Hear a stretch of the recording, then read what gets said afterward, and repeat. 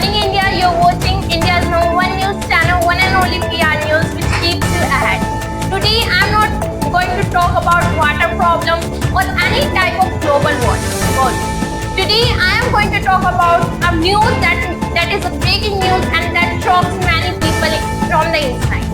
The news is of an aeroplane which was going to Gujarat to London. Suddenly, after 5 minutes later, the aeroplane fell down in Ahmedabad Medical College. Ahmedabad Medical College, where students are taking their meal time, suddenly an aeroplane comes and fell down on them. They have no any type of idea, they don't know anything, and suddenly an aeroplane crashed on themselves.